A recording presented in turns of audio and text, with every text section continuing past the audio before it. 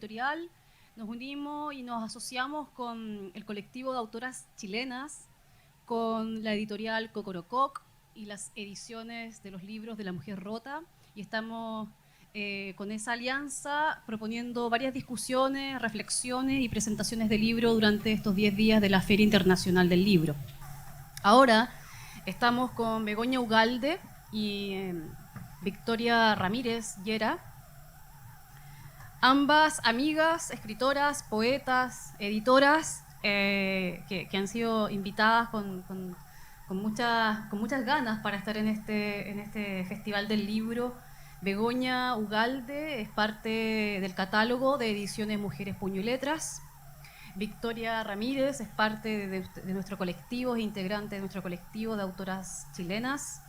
Y vamos hoy día a conversar sobre los procesos escriturales, los procesos de escritura, los procesos creativos de ambas autoras. Y también vamos a pedirles que nos lean algo de su trabajo poético para que puedan conocerla, puedan luego también conocer sus libros.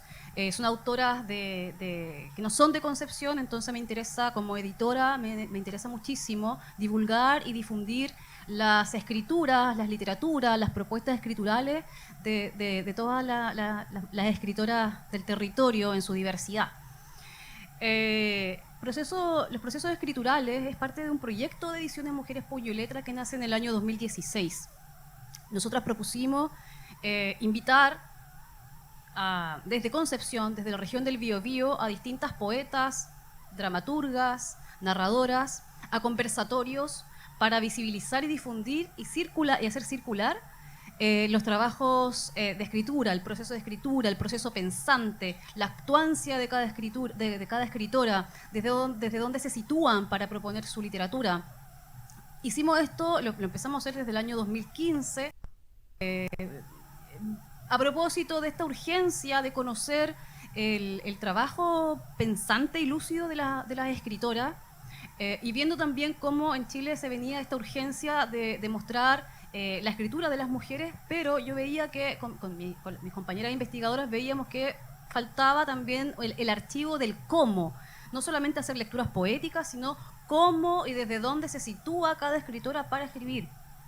Y esas fueron, así empezamos a crear estos conversatorios con las distintas autoras que vinieron a Concepción, que siguen viniendo. Esto es parte de este ciclo. Ha venido Elvira Hernández, Soledad Fariña, estuvo Maja Vial también, que hace poquito nos dejó, poetas de acá de la región, Amanda Barín, Rosy Sáez. Han estado distintas mujeres, Caro Castro, Daniela Guerrero, Daniela Catrileo. A propósito, estábamos conversando de ella y de la editorialidad en otros países que tenemos algunas escritoras, y todo esto para construir nuestro propio archivo, nuestro propio catálogo de autoras para conocer el proceso de escritura de su obra literaria.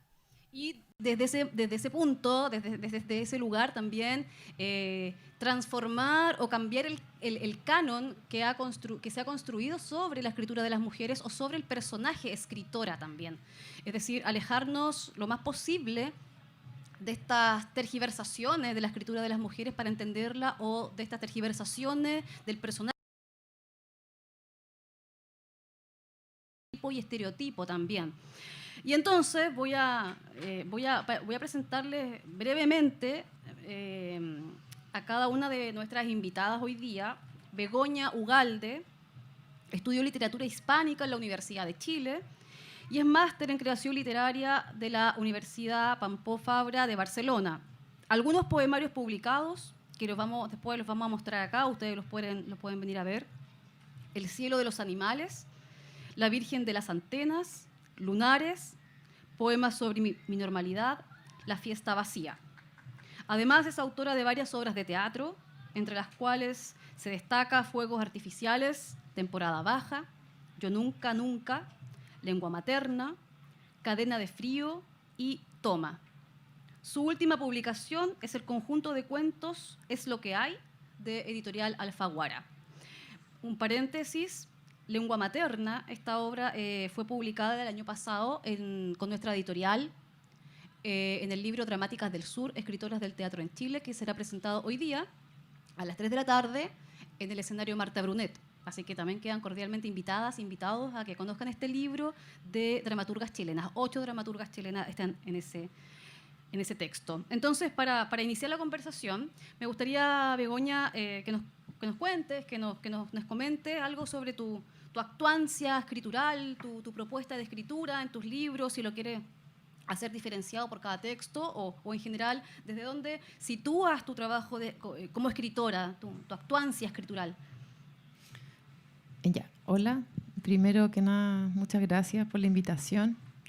Me parece hermosa esta feria, este entorno.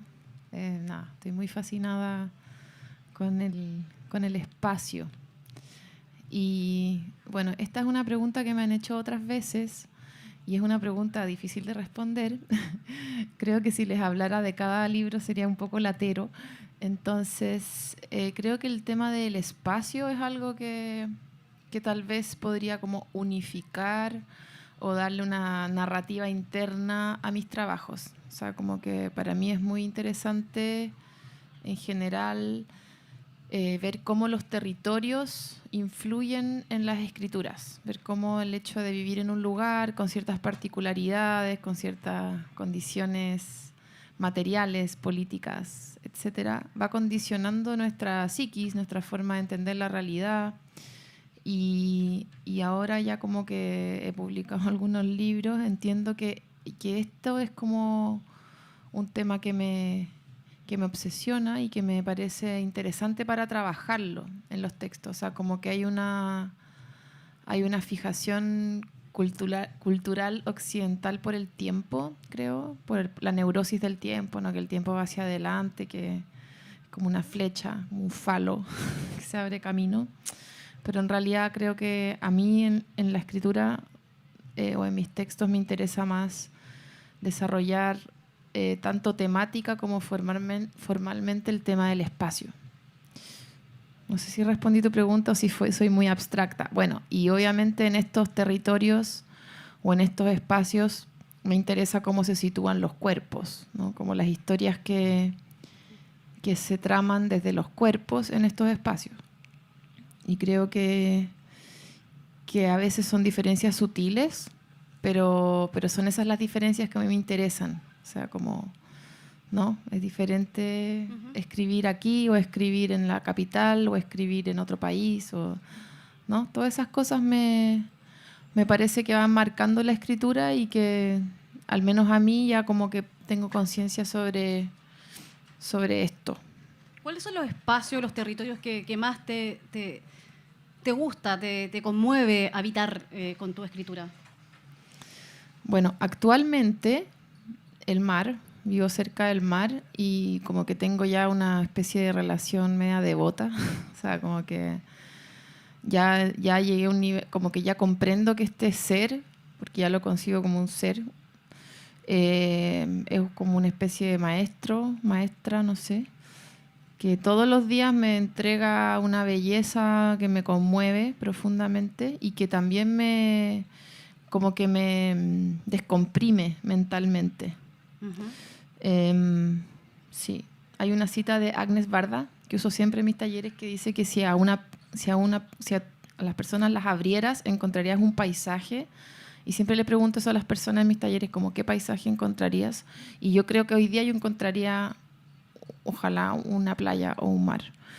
Pero eso no siempre ha sido así, o sea, también he estado como sumida en vidas superurbanas, también he conectado y me gusta mucho y me parece alucinante el bosque que tienen acá, o sea, y también creo mucho en los espacios interiores, en cómo se construyen los espacios interiores, en cómo también los espacios interiores de alguna manera están pauteados por el orden externo, ¿no? El hecho de que la gente o sea, que, no sé, la oferta inmobiliaria cada vez nos ofrezca espacios más pequeños, con techos más bajitos, con mucha iluminación blanca. Todas esas cosas creo que van condicionando nuestra forma de habitar.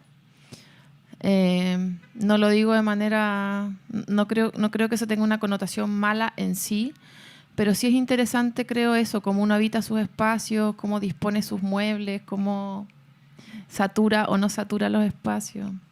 son cosas de señora, diría yo. Bueno, sí, justamente estaba pensando en varias señoras escritoras que han hablado del espacio, del espacio, y varias antropólogas también, y bueno, antropólogos, filósofos y filósofas han hablado sobre la espacialidad y cómo los espacios van, cómo los cuerpos van también transitando y van determinando el espacio, y no solo el espacio va determinando al cuerpo de las personas, en tanto pulsiones o deseos creativos también. ¿Cuáles serían esos ejes o pulsiones más relevantes de tu escritura en el momento de situarte ahí, en ese espacio material, en ese espacio físico, pequeño, grande, con mucho aire, con poco aire, con mucha luz, con poca luz? Pero ¿qué es lo que mueve tu escritura? ¿Qué es lo que estructura que va haciendo que la escritura tenga su trayectoria en el texto, o sea, que fluya? Sí, yo creo que depende igual de cada libro, pues porque mis libros igual son diferentes en cuanto, no sé, pues esto mismo que traje, bueno, después vamos a leer con la compi. Pero, por ejemplo, a mí hay ciertos hitos biográficos que marcaron mi escritura y que me obsesionaron de alguna manera y que tienen que ver con el cuerpo.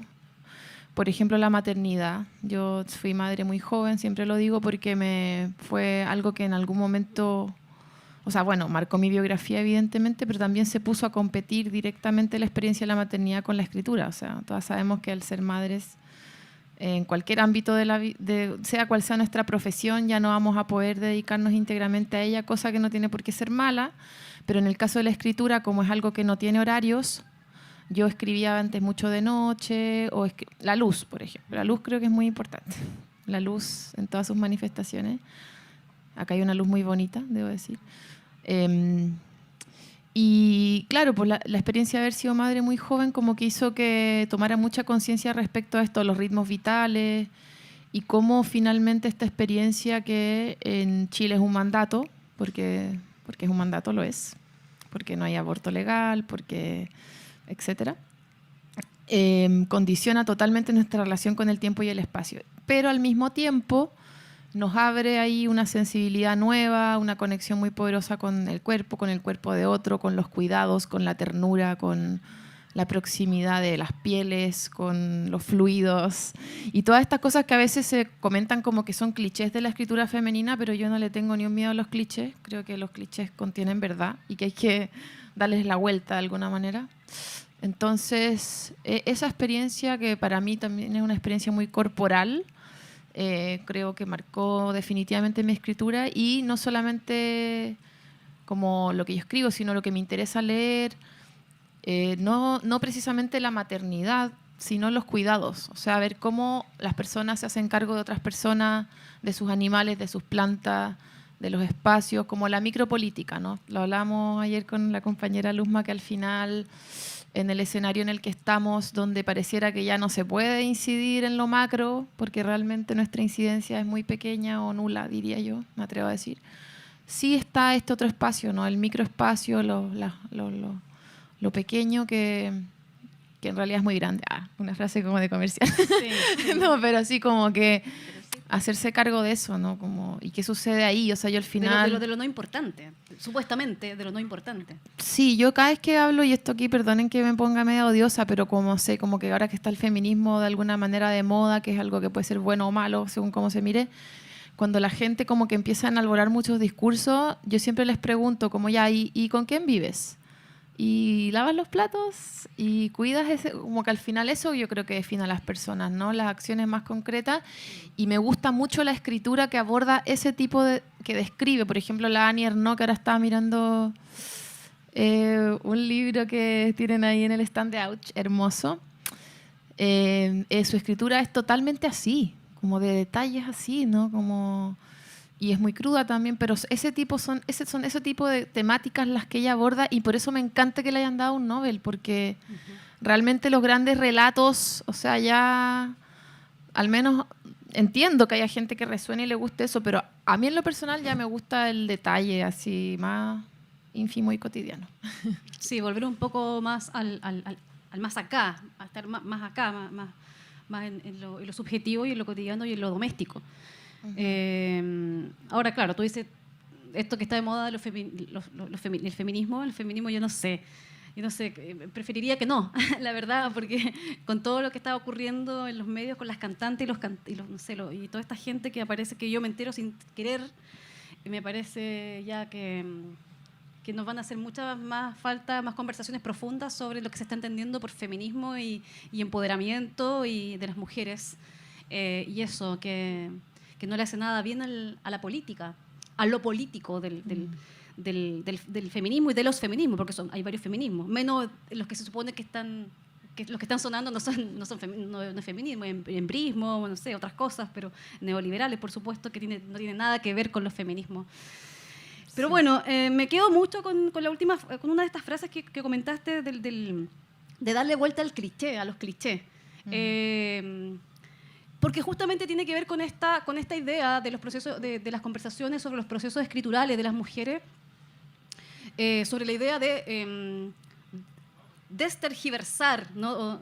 de destergiversar lo que se entiende por la escritura de las mujeres, o el rol de la escritora, o lo que hace la escritura de las mujeres, o cómo se ha catalogado la escritura de las mujeres, cómo se ha clasificado esta, a partir de clichés, a partir de estereotipos, de lo que qué escribe la mujer, qué no escribe la mujer, desde dónde escriben las mujeres, para quién escribe, por qué escribe. Y justamente, si vamos revisando la historia de los análisis literarios o de la historia de los estudios literarios, que se ha construido toda esta historia a partir de una mirada masculina y masculinizante. Entonces, ahí está toda una tergiversación sobre lo que se entiende sobre la escritura de la mujer. Entonces, no... Estamos siempre, hace tiempo ya, discutiendo sobre o proponiendo que se aumente la cantidad de libros, la bibliografía de mujeres en los colegios, en los liceos, en las universidades, en las pedagogías, de todo tipo, no solo literario, sino científico también, obviamente.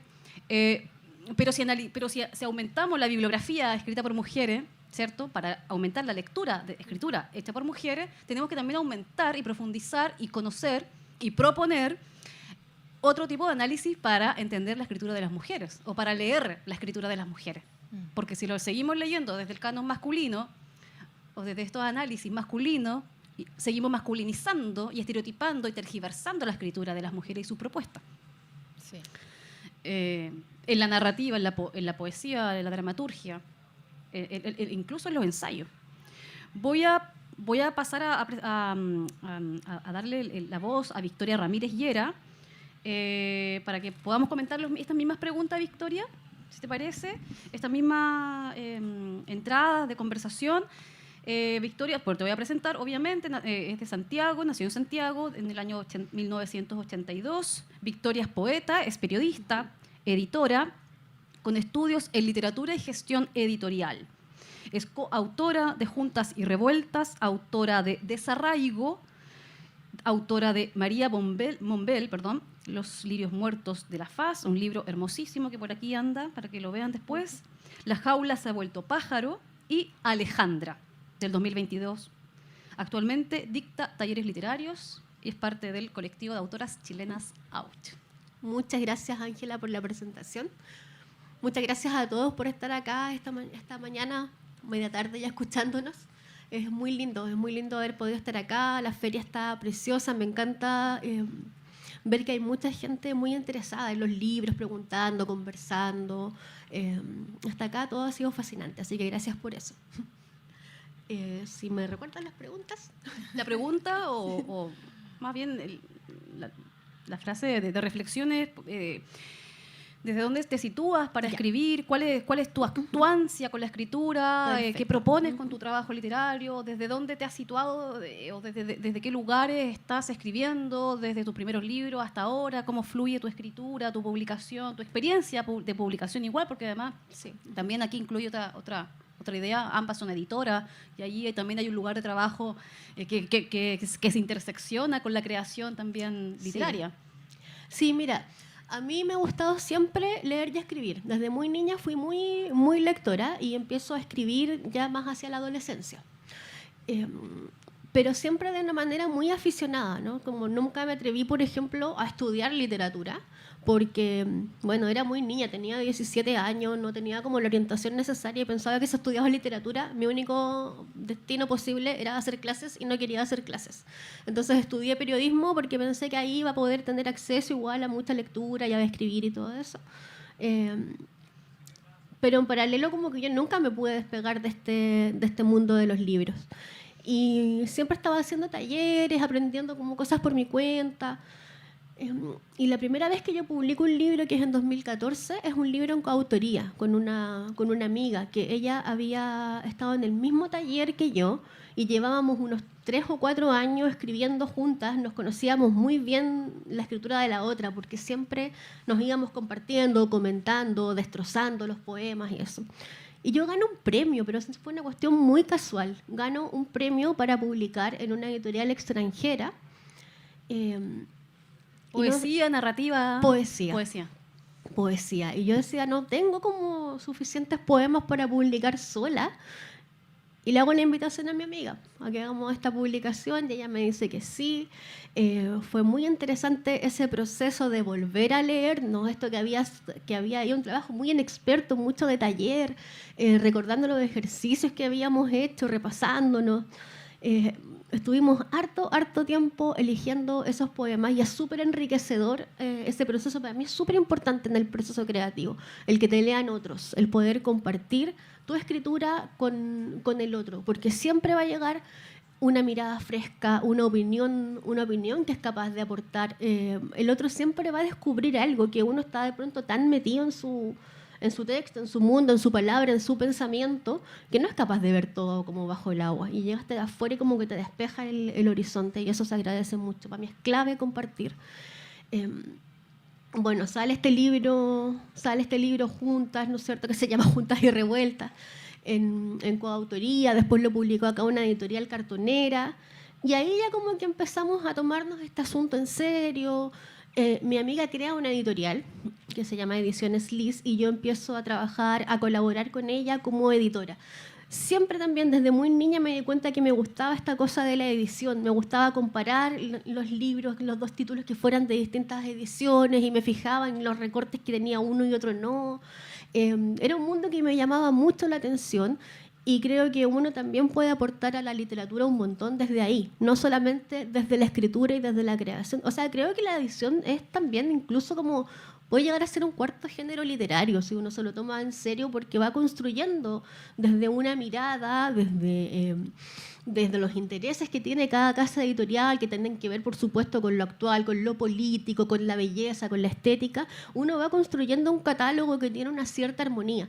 Y eso también es una forma de hacer literatura. No es solamente el que corrige el texto, el que raya en rojo y arregla las erratas. No, creo que el rol del editor es mucho más profundo y es un rol que a mí me acomoda más incluso que el de escritora. Porque la escritura también es caprichosa, tiene sus tiempos. Hay épocas en las que yo soy muy prolífica y puedo escribir y estoy haciendo como cosas que me parecen muy buenas. Y hay otras épocas que son de sequía absoluta, en las que no tengo palabras, no puedo volcar nada en el papel, pero sí puedo aportar siempre desde ese papel de la editora. Entonces, eso es muy, muy satisfactorio. ¿Qué será eso de no tener palabras? Me llama la atención, tanto literal como simbólicamente. Esto, no tengo palabras, entonces no estoy escribiendo, pero no estoy escribiendo un proyecto literario, es decir, un manuscrito, claro. Es decir, algo que va a ir a una editorial a concursar o a un fondo que a ver si lo financian. ¿Pero a qué te refieres en todo ámbito, en toda la semántica de la frase, no tengo palabra, entonces no estoy ahí escribiendo? Eso, claro. Ese no tener palabra es... Uno vive en una lucha permanente. Todos los que escribimos yo creo que vivimos en esa lucha permanente y constante de un lenguaje que siempre se nos hace insuficiente. Y eso tiene que ver con uno de mis títulos que se llama Desarraigo, que es un libro que se publicó en 2017, si no recuerdo mal, pero que yo siento que está en constante reescritura, porque tiene que ver con este asunto de... yo me enamoro de alguien y no me basta decirle te amo, le tengo que escribir como un poema así gigante para poder expresar lo que estoy sintiendo y siempre se me queda corto y siempre se me hace insuficiente. Entonces tengo que darle la vuelta, buscar la construcción de la imagen que es perfecta para transmitir esa cosa que estoy ahí sintiendo y que me cuesta, esa como maraña de pensamientos que me cuesta desembarañar, ¿no es cierto?, desmadejar. Entonces, Desarraigo siempre está ahí, porque siempre es cuando paso, por ejemplo, por estos periodos de sequía y veo que estoy triste o que estoy deprimida o que no puedo, que no es que me sienta sola, es mucho más que eso. Entonces, no me alcanza a decir estoy sola, tengo que ir a buscar el verso que refleja esa soledad y ese dolor, y ahí van saliendo como juegos de palabras, van saliendo conversaciones con otros, diálogos con otros autores de pronto que son mis lecturas también, porque soy muy de leer también antes de escribir, o sea, tengo muchos referentes muy distintos y siento que estoy como en un diálogo constante con ellos. Acá la compañera hablaba mucho del tema del espacio. Yo vivo sola en un departamento muy pequeñito donde lo que más hay son libros. Hay libros así como por todas partes. Por ejemplo, todo el periodo de cuarentena lo pasé ahí sola, encerrada, y lo único, como casi que el único contacto que tenía era con los libros, ¿no? O sea, tuve como 3 o 4 semanas sin ver a una persona de verdad, así de carne y hueso, solamente las pantallas y este tema de los libros. Entonces ahí me iba rayando con ciertos autores, con ciertas ideas, y las iba como respondiendo en cierta forma. Y así nace uno de mis últimos libros, que es Alejandra, que sale de la lectura de la poesía y los diarios de Pizarnik, porque me tenía tan inquieta con cosas que ella proponía, con imágenes de ella, que no me las podía sacar de la cabeza, que un día dije, ya, una forma como de cortar esta locura va a ser escribiendo en respuesta a ella. Y lo que hago es eso, que es como seleccionando pasajes e ir contestándolos en papel. Es un ejercicio urgente de conversación, parece. Finalmente es un gesto alguien. de conversación, como una necesidad de hablar con alguien, claro, que sea con la loca que está muerta en el libro, ¿no? Como, claro, claro. Pero fue un proceso súper bonito que duró varios meses. Estuve varios meses en eso, y después vino la etapa de corrección, que también es una etapa que a mí me gusta mucho, porque uno escribe siempre es muy visceral para escribir, es como muy de la guata, escribo como lo que siento, me atropello, ¿no es cierto? Pongo alguna cosa ahí malo, desordenado, rara. Y después me gusta que pase un tiempo y volver a ese texto, para leerlo ya con cierta distancia. Y cuando empiezo a hacer ese trabajo de revisión, voy encontrando los ripios, los errores, y ahí ya me salgo un poco como de la poesía. La poesía tiene que ver, por supuesto, con la música. La poesía nace de la música, y escribir también es un poco componer. Y creo también que tiene que ver con la escultura, porque uno con el texto también lo que hace es ir puliendo, ir sacando, limpiando, ¿cachai? Y finalmente llegáis como a esa palabra, a ese significado que es el que sí te sirve, a esa imagen. Corregir, yo siento que siempre es quitar, y que eso es lo que va haciendo que un texto sea mejor, más pulido, más limpio, que quede más redondito. ¿Te guste más? En definitiva, tu texto, tu propio tejido, sí. tu propio textus.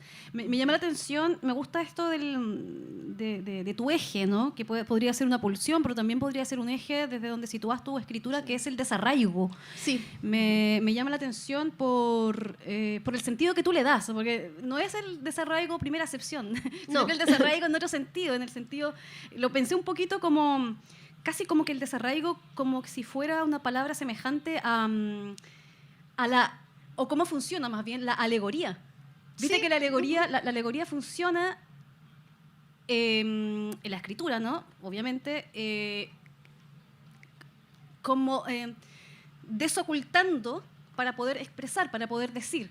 O sea, algo que está oculto lo saca. No es como la metáfora, ¿cierto? La metáfora es compara ciertos elementos, ciertas palabras, ciertos símbolos, en fin, para expresar algo de otro modo, pero comparando, con semejanza, con diferencia, con lo que sea. Pero la alegoría, que es como una continuidad de estas, pero a nivel mucho más complejo, según también la propuesta de Luisa Muraro, una filósofa, es esto, ¿no? Esto de desocultar sacar a la luz algo Sí. para verlo, como sacarle el velo.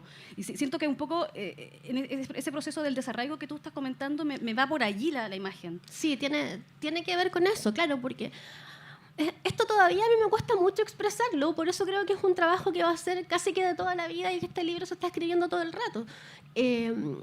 Pero sí, siento como si todos tuviéramos una especie de imaginario colectivo, una lengua primigenia de la que nos hemos como de cierta forma descolgado. Y como que mi tarea cuando escribo es ir en busca de esa lengua prístina, original. Y en eso estoy todavía, pues no sé cómo me va a ir, pero... Esa lengua que mejor te exprese, o sea, Pero que esa te lengua que es exprese la que- de una manera más auténtica y no, Exacto.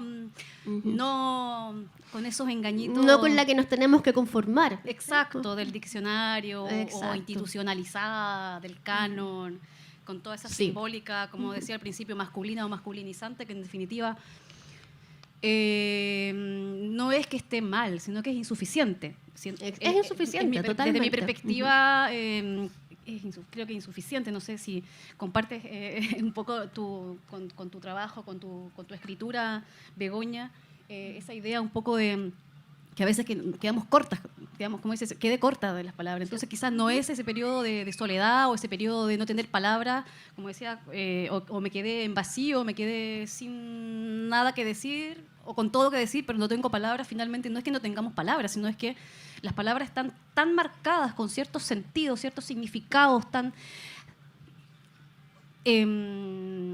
solidificada, ¿no? Que cristalizada, se usa también esa palabra, Cristalizadas, claro. pero poco movible, ¿no? Que le dan poco sentido a lo que quiero expresar para sentirme realmente expresada. Es repetitiva la frase, pero ¿qué palabras puedo usar para expresarme y realmente sentirme expresada? Que sea, Ese es el punto. que sea lo que quiero decir, que se parezca a lo que uno está pensando, a lo que uno está sintiendo. Hay una diferencia entre lo que está acá, lo que está acá y lo que traspasamos finalmente. No se calca eso. Yo respecto a eso, como que también he ido tomando conciencia cada vez más de que la lengua que se habla, hablando también nuevamente de los territorios, es una lengua o sea, la colonización se hizo fundamentalmente a través del lenguaje, o sea, aquí no se hablaba castellano. Entonces, viví en España un tiempo y eso cada vez se me hizo más patente, porque en España tampoco se habla chileno y aquí tampoco se habla realmente castellano. O sea, como que desde la sonoridad de nuestra lengua, desde las palabras que usamos, desde la intencionalidad que le ponemos al lenguaje. Entonces, a mí ahora me interesa mucho en mis textos intentar trabajar no solamente las palabras, sino los intersticios que hay entre las palabras. El ritmo que se genera a través de los espacios que hay entre cada palabra, entre cada oración, entre cada párrafo. El ritmo, porque, bueno, hay un libro de Siri Hasbet donde ella, que como es neurobióloga, habla mucho de cómo aprendemos a hablar y dice que cuando se aprende a hablar, no solamente se aprende a hablar con las palabras, sino con cómo, sobre todo con cómo nos hablan, los ritmos que hay, los silencios que hay entre cada frase, como si tenemos madres o padres o cuidadoras más o menos silenciosas o que, ¿no? Entonces a una guagua entiende cuando uno le dice no porque le diga no, sino porque entiende la intención, ¿no? O sí, y en Chile es muy loco lo que sucede con eso, como hay muchas frases que usamos ciertas palabras pero con la intencionalidad de decir otra, o sea, como que la ironía nuestro lenguaje está totalmente permeado por eso. Entonces creo que si se escribe hay que escribir, o sea, hay que soltar la ingenuidad de que cuando decimos amor estamos diciendo amor y que cuando decimos sí estamos diciendo sí, o sea, y como que al final es ambicioso, pero lo que me interesa ahora trabajar justamente en el libro que estoy escribiendo ahora es nuestros problemas de comunicación a partir de que, lo que decía recién la compañera, de que el lenguaje, de que estamos hablando a través de una lengua que no es propia, no es de aquí, que debajo de esa lengua hay una pulsión y hay un ritmo que es propia del territorio y que tiene que ver con que estamos acá, ¿sí? El acento chileno que también muchas veces como que se desprecia, como que no, es que hablan más lindo los bolivianos, los peruanos, los colombianos, los argentinos, que igual estoy de acuerdo, pero que igual acá tenemos también una musicalidad y que es bonito al menos observarla, ¿no? Y tratar de llevarla a la escritura. Sí, bueno, tiene que ver con la oralidad, justamente Sí.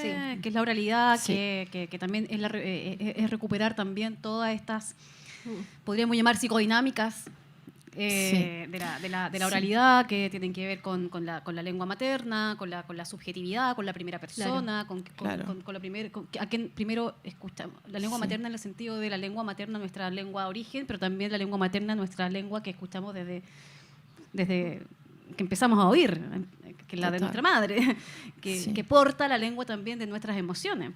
Y en reconocer las palabras que en realidad son de aquí y ver hasta qué punto nos gustan. También yo creo que es legítimo, o sea, creo que no puede ser algo impostado, porque cuando es impostado es muy feo. O sea, por ejemplo, no sé, por Radrigán lo hace en su teatro de manera maestra y él escribe así casi un slang y le resulta increíble. Pero si es que uno también trata de hacer eso, no sé si me entiendo. O sea, también encuentro bonito cuando hay una relación con el lenguaje, cuando está la suficiente distancia como para decir, mira, yo quiero usar el lenguaje como un artefacto y no voy a usar ni un chilenismo ni un modismo, lo que sea.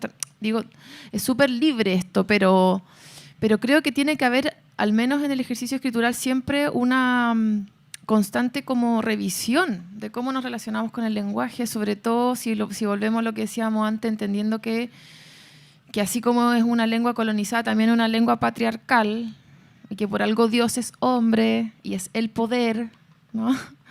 Y muchas palabras que contienen poder son en masculino y muchas palabras que, ¿no? Entonces, eso también es importante, yo creo, revisarlo y subvertirlo, o al menos eso, ser consciente. Y yo creo que uno nunca termina de... Y no creo que la ingenuidad per se esté mal. A mí me gusta igual la ingenuidad, creo que uno nunca termina de desingenuizarse, pero sí, si uno trabaja con el lenguaje hay que revisar y revisar eso, ¿no? Claro. De adentro, desde afuera. Sí, no es casual. O sea, todo lo que se plantea acá, o sea, no son asuntos circunstanciales ni casuales. O sea, está todo pensado desde lo gramatical, lo sintáctico, hasta lo más macro, que son los análisis literarios, como, por ejemplo, por decir algo final, antes de que empecemos, les invito a una lectura poética, por ejemplo, cómo se enseña la literatura y cómo se clasifica la literatura. Por ejemplo, los géneros literarios, los géneros mayores, los géneros menores. No es casual que en los géneros menores siempre estén allí el recado, el testimonio, el diario de vida, la poesía un poquito, y en los géneros mayores el ensayo, el drama y todo esto que se ha escrito, claro, que se ha escrito mayormente, no escrito, sino publicado mayormente por hombres, ¿no? Y entonces eso no es casual tampoco. Y tampoco es casual hablando de la lengua y del lenguaje. No es casual porque justamente estos géneros menores son, la mayor parte se han publicado, o sea, son publicaciones de mujeres, son escritos de mujeres, y no es casual que justamente la lengua utilizada, la forma de escritura utilizada en estos géneros son la primera persona, desde el yo, desde la subjetividad. Entonces tampoco es casual que estén clasificados de esa manera, y los otros que estén escritos en tercera persona gramatical, es decir, buscando de algún modo la objetividad o la neutralidad, como por ahí decía el Adrián Rich, ¿cierto? La objetividad es la subjetividad masculina, finalmente, no es lo científico o lo neutro por excelencia. Entonces todo esto que estamos conversando son casual, y también es un ejercicio que a mí me interesa mucho visibilizar y que quede dando vuelta, que se piense, porque nada es casual, y estos ejercicios de repensar no son ejercicios nuevas que estamos haciendo nosotras, sino que lo han hecho muchas mujeres también de la escritura, porque se han dado cuenta que finalmente la lengua, el lenguaje, que este dispositivo de poder institucionalizado desde todos los niveles, ¿no? No es suficiente, no es suficiente, y no nos representa o no nos expresa a cabalidad. Entonces siempre estamos en esta ida y vuelta con las palabras, con la lengua, con su simbólica y todo esto. ¿Quieres agregar algo, Victoria? ¿O pasamos yo quiero que lean ahora también sí, yo creo que es un momento poquito, de yo leer. creo que escuchemos a las escritoras con sus poemas, con algún fragmento. Me gustaría mucho que pudiesen compartir con el público que está acá todavía. Gracias por estar aquí. Y eso, me gustaría mucho que Begoña Ugalde y Victoria Ramírez Llera nos lean sus textos, sus poemas. ¿Qué soy yo? Sí, Begoña. Sí. Ya, voy a comenzar con un poema. Escribí un poemario que se llama La fiesta vacía, y que tiene mucho que ver con el espacio de la calle.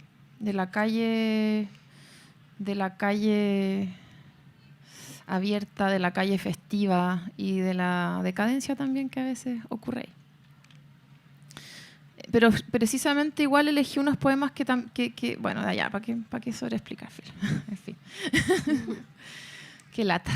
Ya. Entonces es un poemario largo, como un poema largo, y yo voy a ir a elegir unos fragmentos que son un continuo. La guerra es un estado mental. La guerra es un estado de las cosas. El estado es una guerra. La guerra es una decisión fríamente calculada, un negocio redondo. La guerra es de los padres, un idioma que nos obligan a aprender para encontrar trabajo, para encontrar casa, para multiplicar los nombres de la muerte, hasta olvidar cómo nos funciona el corazón. Preguntas por la naturaleza de mis ideas. Te hablo del sol negro que se traga los bosques, sus malezas necesarias, los tesoros que nuestras niñas olvidan cuando van a casa a descansar. Al menos al dormir, nuestros sueños se protegen, nuestras espaldas se juntan en un puzzle incompleto. Despiertas y calientas café, me muestras las costras en las rodillas y nudillos, el temblor constante en el pulso. Luego videos donde aparecen pavos reales albinos paseando por un jardín botánico lleno de turistas, de una burbuja que se congela y desnuda sus fractales, y una ola que avanza de a poco tragándose todo a su paso. De una mujer siendo decapitada con los ojos vendados por no querer servir al esposo, por decir la verdad. De una niña tomada presa por tirarle piedras a la policía, por defender la orilla donde nació. De un colibrí que intenta retener el néctar, de una danza circular para invocar la lluvia, de una danza callejera y otra de animales que siempre danzan para encontrar su alimento. De una leona cazando una cebra, de los efectos y juegos de la luz solar reflejada en una ola y una cascada, y luego su ausencia en una fiesta donde la gente termina besando el suelo. Me muestras por último un video de infancia donde corres tras una pelota de goma en un jardín que ya no existe.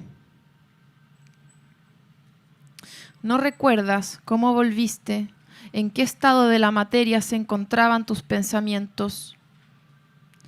Acostadas sobre el pasto mojado, alguna vez pusimos atención a la música de los regadores, aullamos en voz alta todos los deseos, luego vino la incertidumbre como avalancha de nieve y decidimos poner los pies en la tierra, ser fieles a su relato. Nuestras plantas carnívoras, devenidas en frutos ácidos y canciones de letras transparentes, fueron antes otra clase de carnaval. Olvidado el rito de la polinización, quedan algunas palabras como adornos. Quedan algunas palabras como adornos que ubicamos lejos para que no estorben. Somos algo que se escurre y se delinea con la mano que no es diestra, un conjunto vacío, somos adentro y afuera, ocurre la celebración de todo, pero no nos importa por nuestra manera de entregarnos al frío impecable del vaso, donde el hielo se mezcla con los alcoholes que permiten soportar el ruido constante de las demoliciones. Súbele el volumen a esta canción, dices entre corte y corte de luz, las nubes así tan transparentes como velo de novia o crema agria son una promesa rota, un océano engañoso, como es engañoso el hecho de que existe una forma de ser y estar presentes mirando a cada rato una pantalla que emana esa luz azul que nos rompe la pupila y la costumbre de acercarnos y quedarnos calladas, pero de verdad calladas. Ahí yo creo, ¿no? Gracias.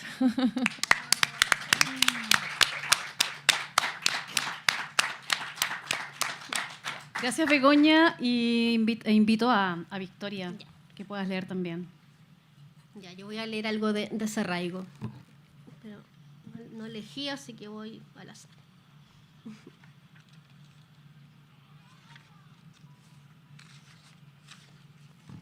Arte poética.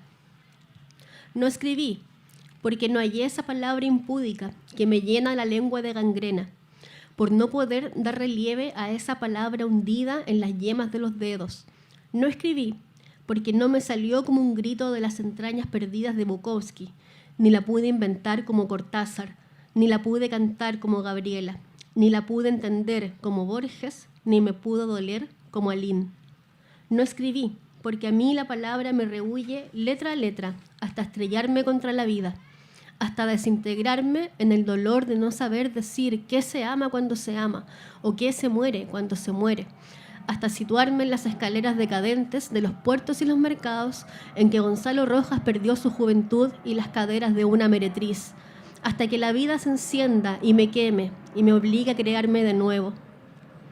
No escribí, porque esa palabra testaruda, que late en todas partes menos en mi corazón, espera el crepitar del fuego de los románticos y los posmodernos, espera la inmensidad que no da abasto y me retuerce las vísceras, mientras yo, la cobarde sobre el pasto, me convenzo de que la vida solo pasa allá afuera.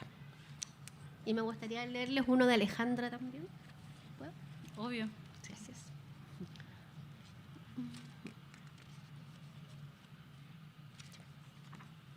Alejandra, la jaula se ha vuelto pájaro, la jaula se difumina como un barco al otro lado del trémulo horizonte. Alejandra, la jaula se ha vuelto pájaro y en su vuelo subyace un sonido que arrastra la premura. ¿Qué haré con el vuelo? ¿Qué haré con el vuelo? Gracias. Uy, tan poquito. ¿No quieres leer?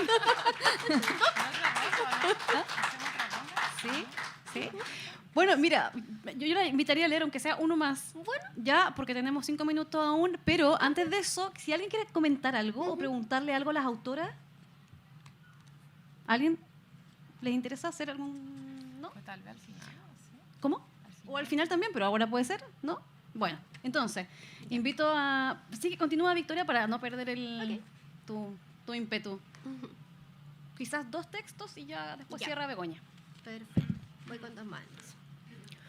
Nunca escuché el bostezo, Alejandra, y me desconocí hasta en la letra, después de abrirme en la desnudez de otra mirada. ¿Qué hago con el sonrojo, Alejandra? ¿Dónde he visto al sonrojo?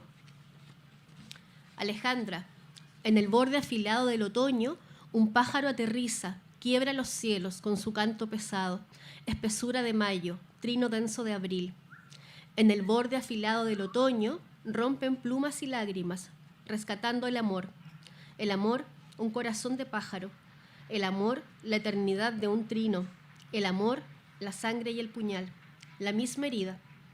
¿Cómo huir de este borde afilado, Alejandra? ¿Cómo salvarse del desgarro? Ahí sí. Ahora sí. Gracias, Victoria. Gracias. ¿Cerramos con bueno. Bien, cerramos con esta lectura poética con Begoña Ugarte. Ya. Voy a leerles un poema que se llama Tesoros Escondidos. Es casi como un rap, así que espero que salga bien. Ya, Tesoros Escondidos. Mi hijo llega ojeroso de la casa de su padre. Sujeta en sus manos un autocontrol remoto. El refrigerador está vacío. El niño no ha comido durante el día. Ha caído agua del cielo de manera intermitente. Entonces tomo mi abrigo, camino en la oscuridad, en busca de alguna tienda, pero todo está cerrado, como mi estómago, como las puertas de mi casa, para que no me siga el niño.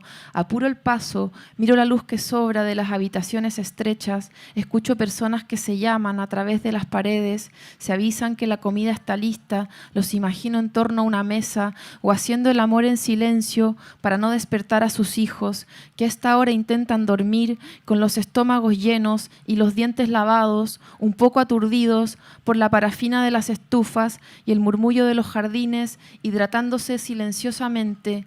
La tierra está hinchada y satisfecha, como después de un largo almuerzo, donde todos quedan un poco borrachos. En los pequeños jardines hay tesoros escondidos y huesos que los perros guardan para las mañanas de aburrimiento.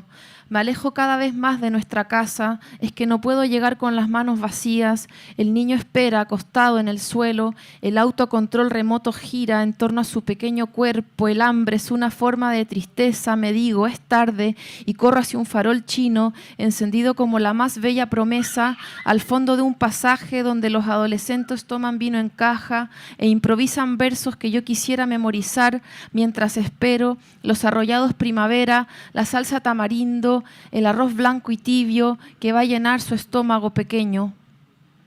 Afuera del local, 2 policías fuman y miran sus teléfonos porque los disparos, los golpes siguen sucediendo en cada cuadra, pero de todas formas, esta noche las cosas se ven brillantes y limpias. Eso. Gracias, Begoña. Bueno, ¿alguien quiere hacer una pregunta, comentar algo a las autoras o sobre el conversatorio? Bueno, veo que no. Voy a leer. Esto es como un epígrafe, pero de cierre, de Virginia Woolf. Vale la pena insistir en este tema, aunque no por el sencillo medio de sustituir una palabra por otras, sino remachando a pesar de tanto parloteo sobre métodos que tanto al escribir como al leer, la emoción tiene prioridad sobre todo lo demás. Les pido un fuerte aplauso para Begoña Ugalde y Victoria Ramírez Llera. Gracias.